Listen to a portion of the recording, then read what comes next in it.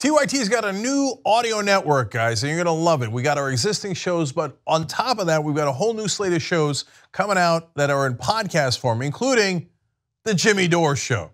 So now nobody does comedy like Jimmy. He is super aggressive and sometimes harsh and often irreverent, but he's gonna give it to you like he sees it. There's no question about that. So you're gonna love this podcast. He's gonna have some of the top comedians and comedy writers on there. So if you wanna check that out along with the entire audio network, go to tyt.com/audio. If you didn't think that the situation at the border could get any worse than stealing kids from their parents and throwing them in camps, you were wrong. Actually, every day, multiple times per day, more and more information is coming out about how these kids are actually treated once they're placed in facilities, whether in Texas or once they're flown to various states around the country. And there's a lot that we could focus on, and we're choosing to focus on the experience of kids at one particular facility in Houston. That is the Shiloh Treatment Center, where they're being forcibly medicated in pretty horrific ways. So children held there, that's a government contractor south of Houston.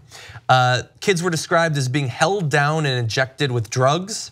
The lawsuit alleges that children were told that they would not be released or see their parents unless they took medication, and that they were only going to be receiving vitamins, which of course is not the case. Now, thankfully, there have been professionals, both medical and legal professionals, who've been investigating this and talking with the kids, talking with their parents as well, which is why we're finding out so much.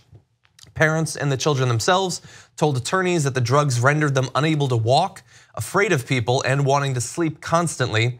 One mother said her child fell repeatedly, hitting her head, and ended up in a wheelchair. A child described trying to open a window and being hurled against a door by a Shiloh supervisor, who then choked her until she fainted. The kid said, the supervisor told me I was going to get a medication injection to calm me down. Two staff grabbed me and the doctor gave me the injection despite my objection and left me there on the bed.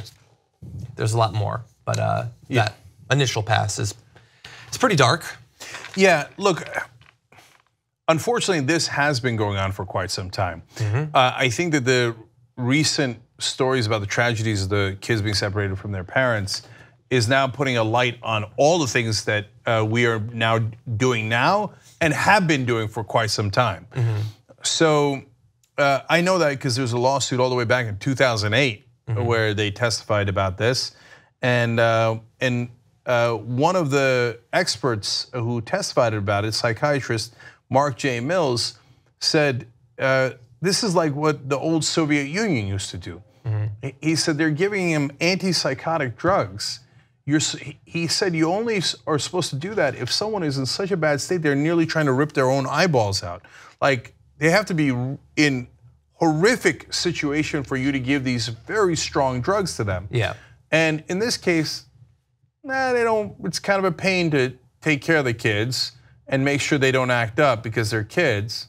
Let's just load them up with antipsychotic drugs so they don't do anything and they just mellow out in the corner. That's terrible, terrible. Yeah, I mean, these facilities are led by private contractors. They're effectively private prisons, and the people who run them and the people who staff them act the same way that those who run private prisons do.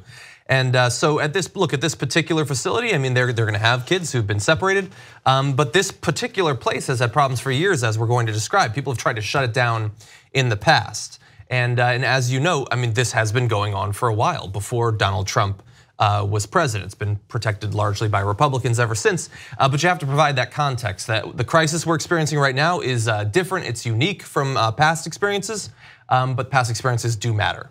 Nothing enrages me more than people who attempt to diffuse actual concern and activism over this by doing just endless whataboutism, and then what are you supposed to do? They don't actually care about stopping Trump, they just talk about Obama.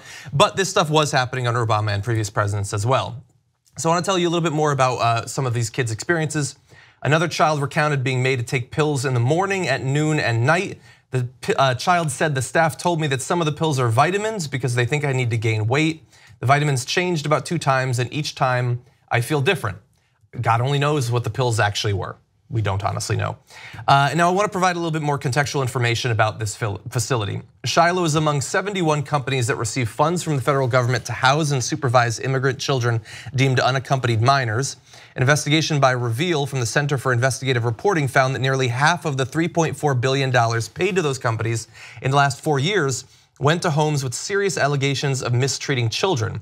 In nearly all of the cases reviewed by Reveal, the federal government continued contracts with the companies after serious allegations were raised. And those allegations include things like mistreatment, but also physical abuse, sexual abuse, and things of that sort.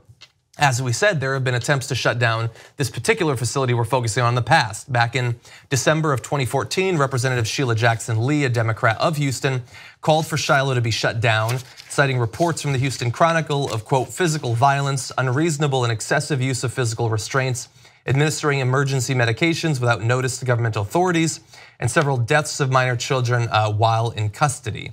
Unfortunately, it was not shut down at that point. And there's been quite a bit of reporting actually from TYT Investigates about how these particular facilities do quite well and get protected because they are major campaign donors to Republicans in Texas. And those Republicans then have their backs. And I want to talk about the total amount of money they've gotten. The US Department of Health and Human Services continued sending children and funds to Shiloh, a total of more than $19 million after Sheila Jackson Lee called for it to be shut down. And it's ramping up. In fact, just last year, it collected $5.6 million. So I want to be clear, TYT Investigates did a different report about the funding of these type of organizations. Yes. The independent reporting that we're relying on for this story comes from Public Radio and revealnews.org. And obviously there's lawsuits here and they will adjudicate those, and they've been in the past. And there are, as John pointed out, US Congress people that are looking into this as well.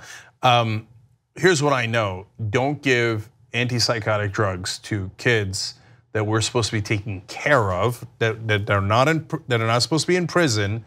That's important why the government should do it, because if you privatize things like this, what will naturally happen? People will want to make a profit, right? I mean, everybody agrees to that. Now, how are you going to make a profit if things go smoother? At a company, you want things to go smooth, that makes sense. But if you're taking care of kids, well, they're human beings and they're kids. Kids sometimes act up. Well, how are you gonna make things go smoother and reduce your costs? Just load them up with drugs and then they'll veg out on the corner. One kid was prescribed 10 different shots and pills with so many different names I can't begin to pronounce them all and explain it. Some say that some kids got up to 18 different shots and pills. So we should not be drugging up these poor kids. We shouldn't have done it in the past. We shouldn't be doing it now. We have to be a responsible steward for these kids while they're in the country. If you think, hey, don't cross the border illegally, and you want to send them back, I understand that. But while they're here, they're humans, and we are supposed to be the shining city on a hill, and we're supposed to give them humane, decent treatment, especially the kids, no matter what happens with them, no matter whether they stay here or we deport them. For the time that they are here, we're not supposed to make a buck off of them and drug them up so that it's a little easier for us to take care of them. 2 easy ways to follow the Young Turks. One is hit the subscribe button down below, then you're a TYT subscriber. And second is ring the bell. And when you do that on YouTube, you're notified of our videos.